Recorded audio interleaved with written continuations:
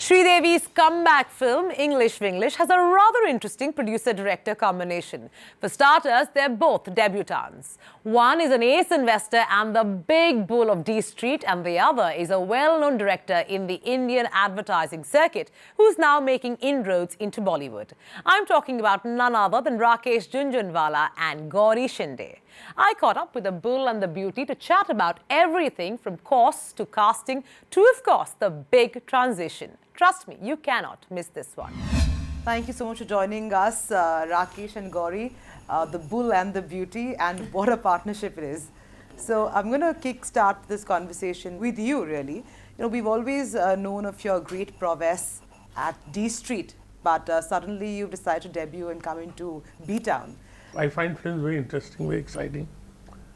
And I happened to meet Balki and I really liked his movie Chini Kam and Pa. More than that, I thought he was a very fine man. And you know, associating in the film industry are not always very smooth.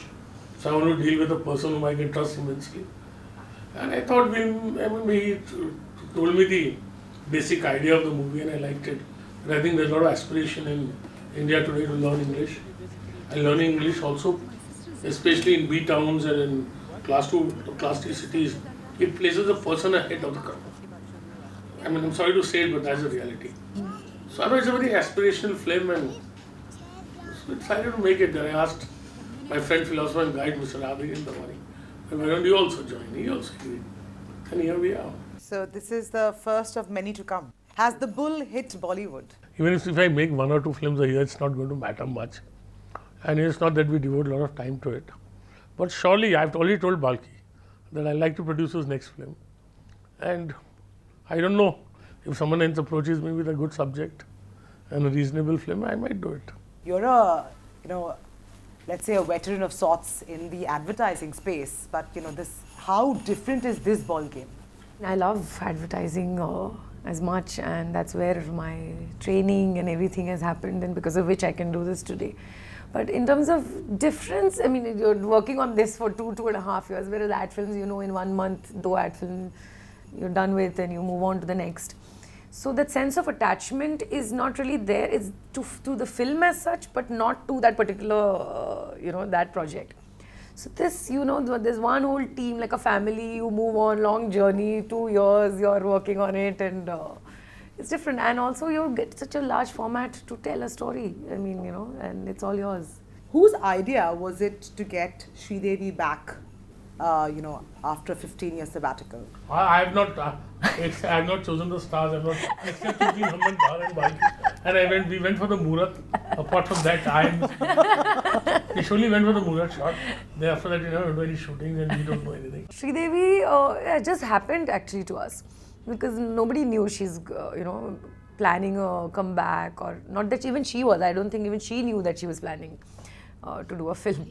So once I finished the script, we just happened to bump into Boni and Shri, and we were talking about Balki's films. And he said, so what is your next plan? And he said, no, Gauri is doing the next film. So what is it about? And I gave her 2-line synopsis. And she really loved it. And she said, can I hear the story and will you narrate? I said, of course. That's when it struck me, oh my God, this is a possibility. Because until then she was not on the radar at all. So I went the next day, immediately narrated the script, and at the end of the narration she said, I'm on. And it's the best thing that has happened. You're the greatest punter, if I could put it like that. Why did you punt on Balki? I like the man, I go by my intuition. I liked his movies. He comes from the corporate world, right? And the biggest thing I'm afraid of, I'm not afraid of losing money, but I'm afraid of sour relationships. Sure. Or if I feel that, I am cheated by, I know film industry is not a very healthy place to be in. But I intuitively liked his skills and his approach, and I intuitively trusted him. And you can bear him out. I've never asked him until today what we have spent on what, why. So it's a question of, it's not my job, and creatively, I don't know better than him. We judge a company and we buy the stock, then we leave it to the management. What is your expectations in terms of box office collections? Let's talk numbers. You're result oriented. See, we have sold the movie on profit sharing basis, so we're already making a profit, right? Expectancy movies is difficult to, I have no real idea. and how many screens and how many people. But I think we should do well, get a reasonable return. We are making a profit even before the film is released. You've already made your profit, and Yeah. you're in the green. In the green, and if the movie has overflows, we'll get a share. So, is the profit good enough for you to continue looking at films seriously, or is this just one of your hobbies that you're pursuing? Well, you know, filmmaking is not a cheap hobby. Absolutely.